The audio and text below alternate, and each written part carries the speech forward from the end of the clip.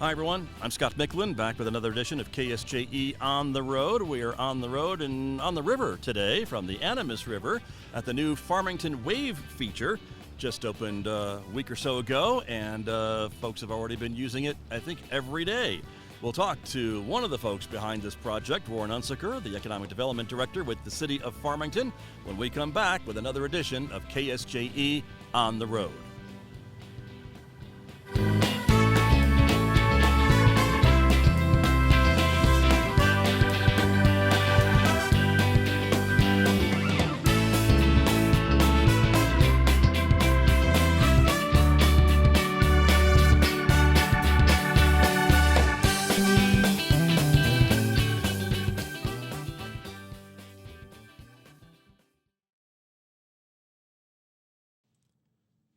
KSJE On the Road is supported by Four Corners Economic Development, supporting and building economically vibrant businesses and communities in the Four Corners region through effective partnerships. FORSET is a public-private partnership that unites county and municipal governments with its member businesses and other resource partners to build the intentional economic future of San Juan County. Learn more about the ways FORSET is helping existing businesses thrive and grow and attracting new businesses to the community at the number 4cornersed.com. This corner of the world is our corner. The caregivers of San Juan Regional Medical Center are working together in a shared mission and vision to deliver world-class care, making life better for the communities we're privileged to serve. Life is our sacred trust. Better is our mission. Here is our home. San Juan Regional Medical Center. To life better here. Visit lifebetterhere.com to learn more. KSJE On the Road is supported by San Juan County, building a stronger community since 1887. San Juan County includes the San Juan County Sheriff's Office, San Juan County Fire and Rescue, San Juan County Office of Emergency Management, and Riverview Golf Course in Kirtland. The mission of San Juan County is to provide responsible public services through the direction of the County Commission, while striving to be professional, courteous, and committed to improving the quality of life for citizens that it serves. Learn more at sjcounty.net.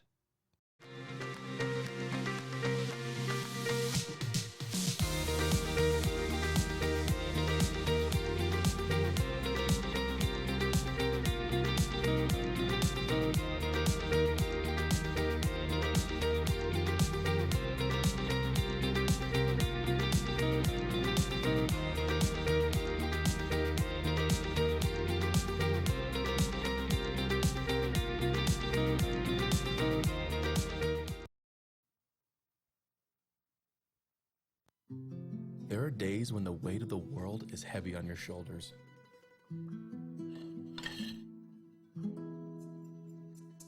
But there is something you should know. You are never alone. There are beautiful people in this world who will walk with you when you feel off course, guide you when you need it most. They are there for you, and they're closer than you think. At San Juan County Partnership, our mission is a thriving and healthy community. We strive to achieve this through educating our youth about eating healthy, moving every day, and the harmful effects of alcohol, tobacco, and other drugs. We educate adults about access to health care, the dangers of polysubstance use, and drinking and driving. We work hard to keep families housed and to help those without permanent shelter have a place to call home. We are here for you. We are San Juan County Partnership.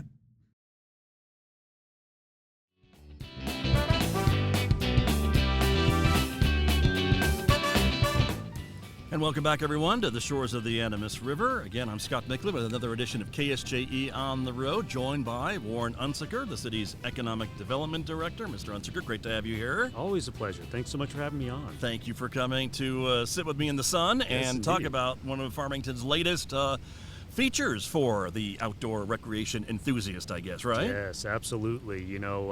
This has been a long time in the making, and overall we've been working toward being more of a destination for outdoor recreation and taking full advantage of what I would consider the low-hanging fruit of all the amenities we have in this beautiful spot of the country.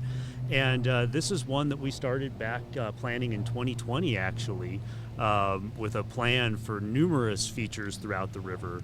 And this was the first most tectonic feature that we thought we could install in the Animas River. And so we're really pleased to see this come to fruition. Got you. And what we're talking about, of course, is the Farmington Wave. And so this was a project with money from the Gold King mine spill, if I recall, right? Yes. And you were able to, the city was able to kind of bundle it with another project for the North Farmington Ditch. Correct. So you kind of killed two birds with one stone. Yeah, numerous actually. Oh, Yeah, more so than just two. we were fortunate enough to receive $2 million from the Office of Natural Resource Trustees from the Gold King Mine Settlement, and likewise a Trails Plus grant from the state's Outdoor Recreation Department for another $500,000 toward this $3 million project. So the city, thankfully, only paid $500,000 of our own internal funds to make this a reality. We were able to actually accomplish several things with this project. One, of course, was creating this wonderful, unique, and probably one-of-a-kind wave feature that can be utilized to literally surf in the Animas River. But we also partnered with North Farmington Ditch to make a bypass. In years past, they've really struggled with log jams occurring. I'm Blocking the ditch and the intake for the ditch, right? Exactly right, making it really difficult to keep the flow. Sure. That is now a thing of the past. There is a culvert that now goes underneath the feature and the pavers that you'll walk over as you get to the wave feature. There's now a dedicated culvert that goes to the North Farmington Ditch to alleviate that problem going forward. It also meets some ecological requirements and needs by providing a fish ladder on one side of the feature as well. So we're meeting numerous different desires of the river, both agricultural, recreation, and ecological. So. Got you.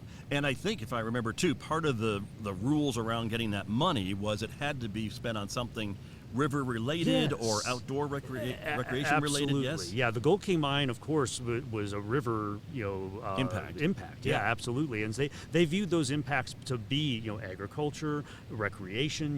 These were things that were not able to be done as readily when you had all these heavy metals flowing down the river. And so this fit perfectly with the needs that they had for that funding. And then likewise with the Outdoor Recreation Department, it is all about recreation amenities and regional draws. And boy, is this ever drawing from a wide swath of our Four Corners area. Right, exactly. And the ditch, of course, will impact our agriculture use as well. Absolutely. So there you go. Yeah. And you were telling me before we sat down to talk today is that you think, and you have seen people down here almost every day since the ribbon cutting just about a week or so ago. Yeah, and we've been fortunate enough that the word got out, and unbeknownst to us, until a few weeks before we were getting close to opening, there's been a whole group called the Animas River Surfers Association up in Durango that has just been watching this with bated breath to come down and take advantage of this. And so there's a whole culture and following that we didn't even realize we had that has been taking full advantage of this great wave feature,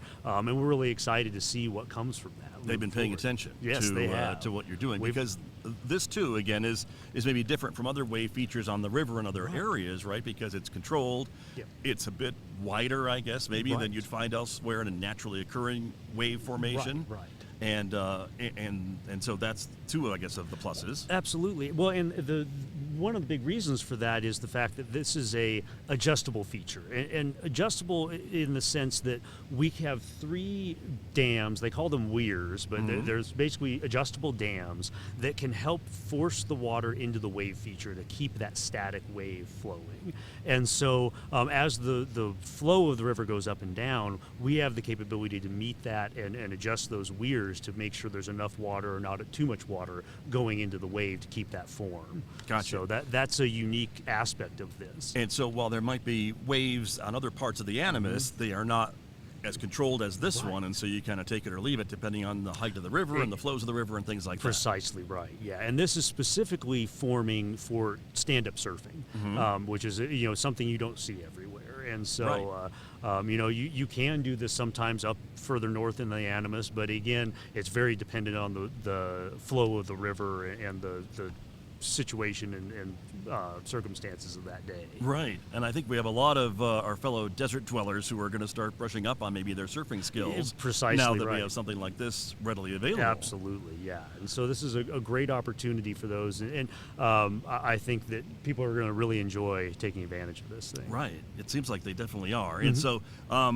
we talked a little bit about the cost involved, and so again, that came from, as you mentioned, some dedicated monies to be used for the river and things along that line. Safety, I guess, is another issue that folks are talking about too. And like any activity on the river, I guess there is an inherent risk. Absolutely, this is still a wild river feature. You know, we can only control Mother Nature so much. We don't want to pretend like we are, in full control of what the water does on a day-to-day basis. And so just like any other river feature, class wave feature throughout the world, this is still active open waters. And so we encourage people to be safe, wear the right safety gear, and make sure that they're scouting out what they're doing before they just dive in or jump in the river and flow down the way. And we also built in a bypass too for boaters on the far left, river left, where you can avoid going through the wave and getting a surprise on the other side.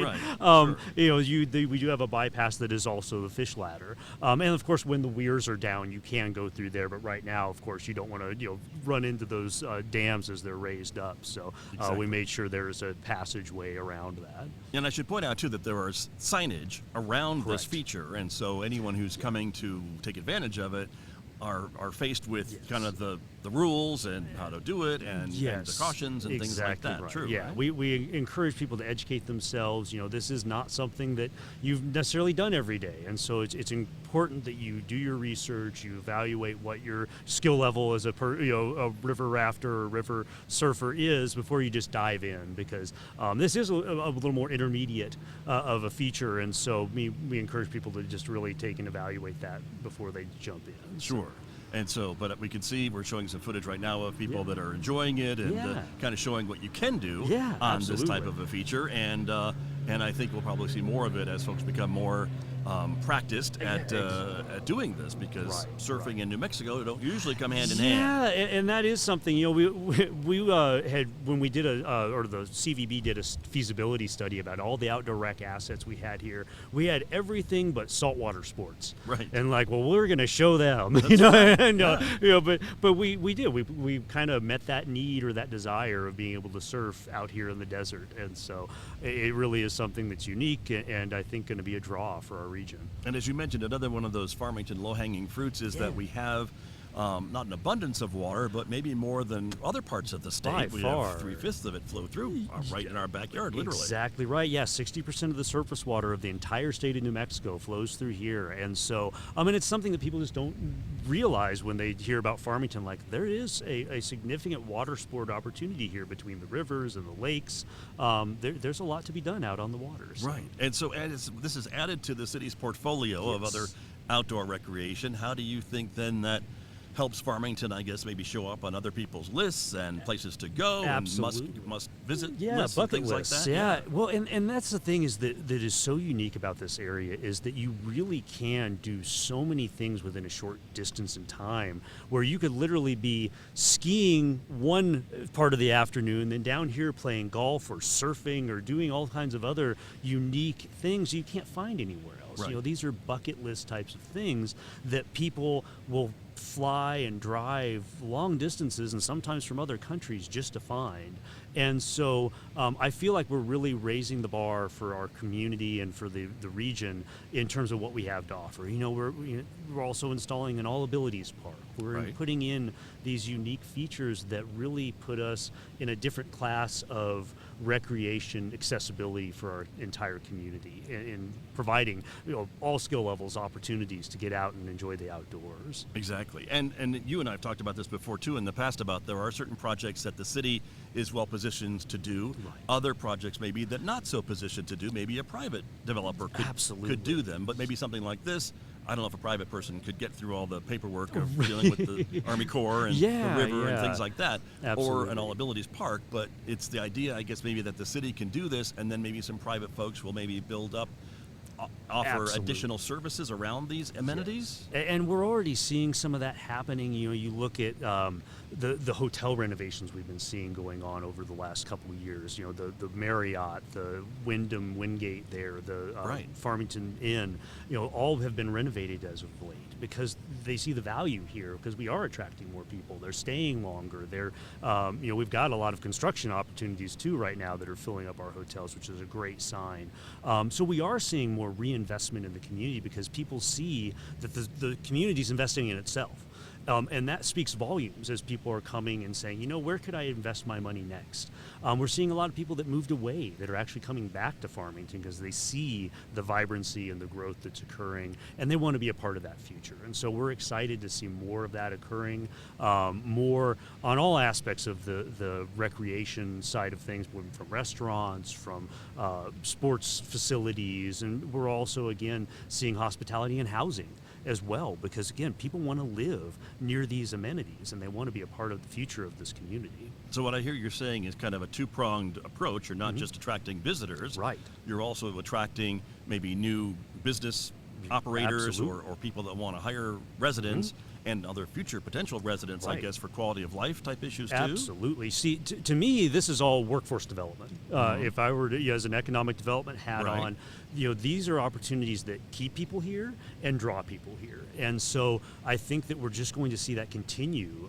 You know, we do have a housing, you know, need here right now. And so we're very pleased to see people coming to meet that need, because they do, again, see the value, and they see that we're not stopping here. We're just, you know, plowing forward and making more and more opportunities that make it a great place to live here in Farmington. Got you, for residents and visitors alike. Exactly right. And you know, that is something too we're working on, is bringing more hospitality that is geared towards visitors as well. You know, we have a letter of interest out for what's called glamping at our Anisi Park, which is an undeveloped rustic park that we have right now along the riverfront that is perfect for that type of off-grid camping. And so we're hoping we might be able to attract someone to build, you know, again, public-private partnership, a private entity to go do that. Same with a surf shop.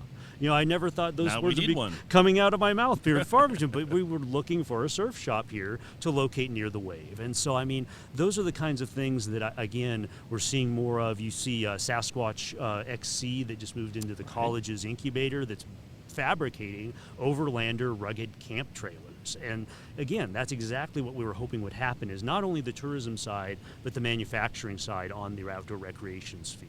And we interviewed those folks too on KSJE, and they came from Silverton. Yes. And they wanted to stay in the Four Corners, but then they also wanted to find a place that maybe could give them a little bit more, maybe year-round workforce and things like that Silverton maybe just couldn't provide in the winter, because everyone's on the ski slope. Well, yeah, and I mean, Silverton sometimes is blocked off by snowstorms. That's and right. So even getting parks and supplies and getting their product to market was more difficult up there. And so, again, the assets we have here are tailor-made for those opportunities. You know, we have the skilled workforce, the fabricators, the welders, the people that have those engineering backgrounds that know how to build these kinds of things. We have the college that can upskill and train people with new skills that are needed for these types of opportunities. And they're utilizing the makerspace that's right across the hall there at the incubator that lets them fabricate their own parts when they can't get something quickly enough, or that doesn't even exist yet. They can fabricate it right on site. And I mean, you can't do that everywhere. True. And so as you go and travel around and talk to other economic development folks from other communities and tell them what you're doing in a community the size of 43,000 people or so, with certainly a larger market that trades and visits here on a fairly regular basis. I mean, it's a pretty interesting story to tell. Oh, absolutely. And they're jealous oftentimes of some of the things that we have accomplished and some of the assets and resources we have. You know, I talk about the incubator up there. There's a whole suite of services up there for entrepreneurs and small businesses that I can't talk about enough, that you can literally one-stop shop, help with your business plan, potentially lease a space. You can get, join the chamber. You can, interact with Four Corners Economic Development. All these things are ready-made there to take advantage of, and then you've got your maker space right there too. the collaboration and the singular mind of the region to push toward the same priorities is not something you see everywhere either. You know, I've come from communities and seen communities that they fight tooth and nail for this quote unquote scraps, whereas we're all pushing in the same direction, we're all collaborative, we're all pushing for the same things, and it makes such a world of difference. And we have business-friendly staff and employees and people that are helping these businesses get to yes whenever they can, while, of course, staying within the bounds of our rules and regs. But we really, it paints a picture, and we can't have so many developers underway right now that can't talk enough about how great it is to work with the city to get a project done, and how different it is from the communities they've come from other places on. So that's nice to hear, I it guess, is. right? Yeah, absolutely.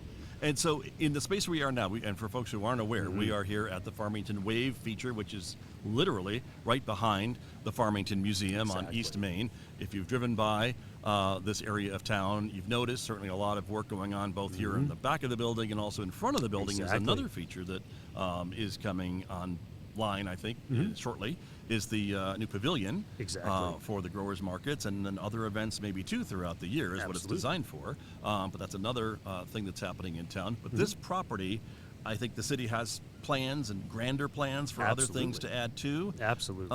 As well, that would help with outdoor recreation and things like that. I think you were looking for maybe an idea for maybe a restaurant or something else, or tiki bar. I don't know what you need now. They have a wave feature. But exactly right. So yeah, no, we have all these public projects we have going on. The Makers or the Market Pavilion, the plaza that we're going to be installing just to the back of that project for concerts and events.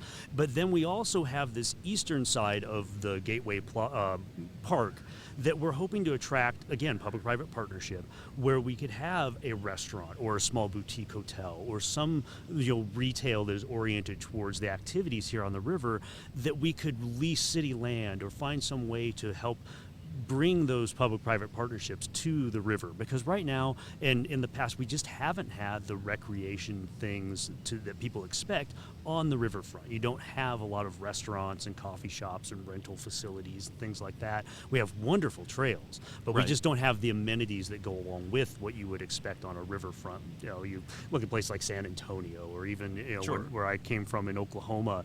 Oklahoma City built their own river downtown, because they know that people love being along the water and being able to enjoy other amenities. And so I think that we're primed for that. We have a beautiful spot for it, and we have a compelling business proposition of being right in front of a river wave feature next to all these rental of facilities that they can compound upon the opportunities for those businesses. So that's still open. That is. That is still available, and still we're really looking for that entrepreneur and that developer that has that vision that we share here as a community. So. Got you. And that would put them pretty much off of 20th Street, pretty much. I mean, that would be kind of the in and out, wouldn't it? Absolutely. Well, or at least from the museum side too. Yeah. So I mean, this is probably one of the busiest cross sections of Farmington. The over 30,000 cars a day flowing through here. And again, you come back to this wave and you never know it. That's the beauty of a lot of places in Farmington. You just go a little ways off the road and you feel like you're in the middle of just the wilderness and beauty of the area. But no, I mean, the access is easy and quick right off of our main thoroughfares here. And we have multiple points of access. Then we're going to be adding eventually too as we open up the Market Pavilion and eventually the eastern side of the project. So. Gotcha. Very exciting. Yeah. And so before we run out of time, Please. I do want to ask you about some other things maybe Absolutely. Up your sleeve for economic development. You mentioned the All Abilities Park, which should be, again, I think, phase 1 completed later this Very summer. soon, yeah. Is absolutely. the hope. Yep. And certainly we have to talk a bit about the return of commercial flights to the airport, another wonderful economic addition. development tool Absolutely. that you can offer to folks, right? Who are thinking about maybe living here or relocating here, starting a business here. Absolutely, yeah. No, this is such a banner year for Farmington in the sense of all these new amenities that are coming online. We have daily flights now going to Denver, which is a major hub, so you can get pretty much anywhere from there. And so we're really excited to see that. The flights are filling up, which is an excellent thing. It shows that there was a demand. And, we talk about fares. If you plan ahead, you can get fares that are comparable or less than Durango and Albuquerque especially. And save yourself a lot of money. It's free parking up there. morning. Yeah. It's you roll out of bed and roll up to the airport and get on your flight. We have been reminding people that the United and some of the airlines have been passing new regs where you need to make sure you get you check in ahead of time, because otherwise, if you're checking a bag, especially, they will turn you away if you're not there at least 45 minutes ahead of time. So make sure you're planning ahead. Check in on your app as soon as it pops up 24 hours ahead of time, and make sure you've already bought your checked it bag and things like that. That'll save you a lot of grief and despair if you're running a little late that morning. So, but yeah, no, it's such a great amenity to have back. I think the first time we've had full jet service here. We've had a lot, Mesa Airlines and Great Lakes that were flying the prop engine airplanes, but it's great to have a national carrier flying out of Farmington now. Very exciting. Yes. Very exciting. And so, anything else that you have in the works that you can tell us about? It's exciting to see all the construction that is going on right now. You've got a new hospital. Not the road construction. Let's be honest, Mr. Unsicker, but I understand what you're saying. But for all the infrastructure is important. The frustration around road construction, we also have people saying, well, why aren't we fixing the roads? Like, well, we are. True. It's just a matter of it takes time, and it takes prioritizing different areas of town. But to that point, though, we've got a lot of business construction going on right now. You've got the new hospital being built. We've got the temple that is about to open here in the very near future. You've got just a lot of private development going on, despite some of the uncertainty, and the cost of money is high right now, and yet we still see development going, and that's just such a wonderful thing to see. And we're seeing a lot of businesses reinvesting in making it easier to get products. We have the distribution center for a auto parts store just opening up that's going to make it easier for them to have a warehouse that'll feed all their stores here. So that AutoZone out on East Main, you're just seeing more and more private developments going up and expanding their footprint here. And so it's a wonderful thing to see. We're really excited to see how we can help catalyze more of that.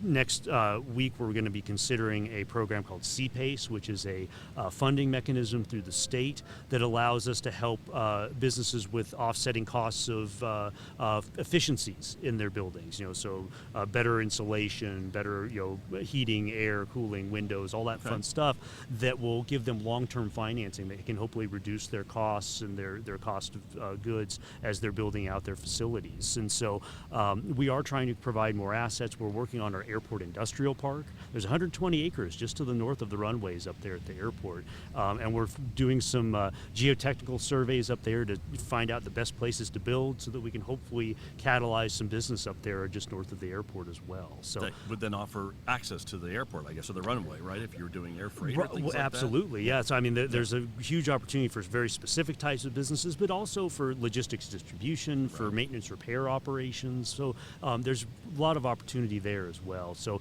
we're really trying to meet those needs right now as a state, but also as a community. We have a shortage of buildings that meet the needs of new businesses, and so we're looking at how do we meet those needs. Having shovel-ready sites is a big part of that don't take a long time to get to the point of buildable, and then we're even looking at, is there spec buildings that need to be considered, because a lot of these businesses were like, we want to start next month, and like, what do you got? Exactly right. And so we need that inventory, and so I think there's a huge opportunity, and we'd love to see private businesses meet those needs if they can, but we understand the risk of going out ahead of things, but there's definitely demand, and we're seeing businesses that we're having to essentially say, we don't have what you need to meet that criteria.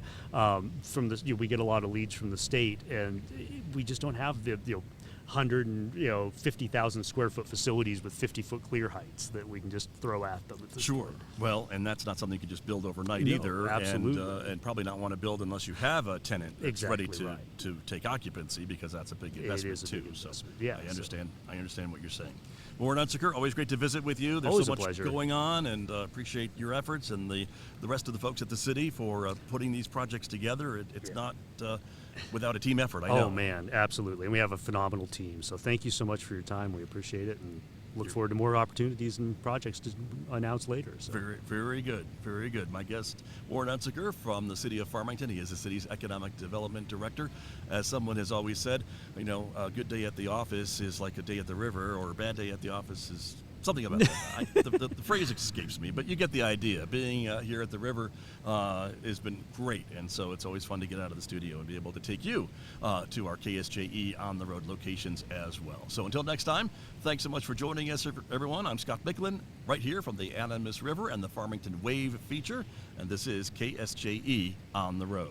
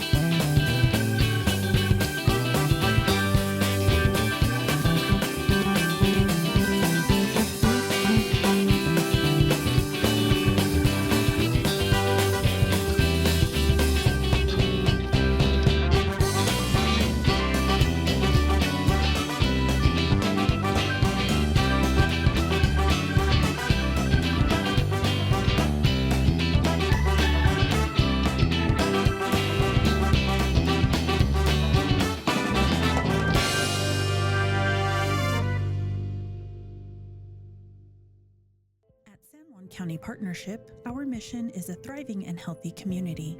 We strive to achieve this through educating our youth about eating healthy, moving every day, and the harmful effects of alcohol, tobacco, and other drugs. We educate adults about access to health care, the dangers of polysubstance use, and drinking and driving. We work hard to keep families housed and to help those without permanent shelter have a place to call home. We are here for you. We are San Juan County Partnership.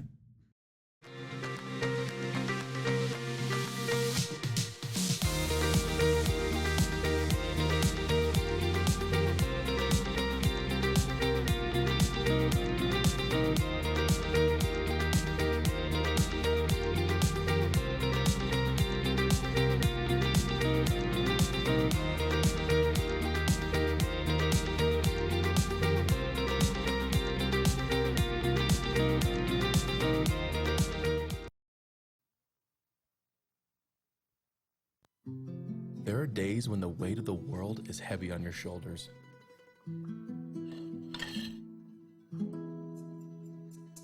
But there is something you should know. You are never alone. There are beautiful people in this world who will walk with you when you feel off course, guide you when you need it most. They are there for you, and they're closer than you think. KSJE On the Road is supported by San Juan County, building a stronger community since 1887. San Juan County includes the San Juan County Sheriff's Office, San Juan County Fire and Rescue, San Juan County Office of Emergency Management, and Riverview Golf Course in Kirtland.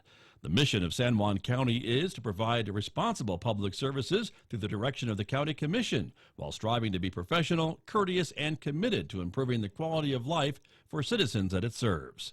Learn more at sjcounty.net. This corner of the world is our corner. The caregivers of San Juan Regional Medical Center are working together in a shared mission and vision to deliver world-class care, making life better for the communities we're privileged to serve. Life is our sacred trust. Better is our mission. Here is our home. San Juan Regional Medical Center. To life better here. Visit lifebetterhere.com to learn more. KSJE On the Road is supported by Four Corners Economic Development, supporting and building economically vibrant businesses and communities in the Four Corners region through effective partnerships. FORSET is a public-private partnership that unites county and municipal governments with its member businesses and other resource partners to build the intentional economic future of San Juan County. Learn more about the ways FORSET is helping existing businesses thrive and grow and attracting new businesses to the community at the number 4cornersed.com.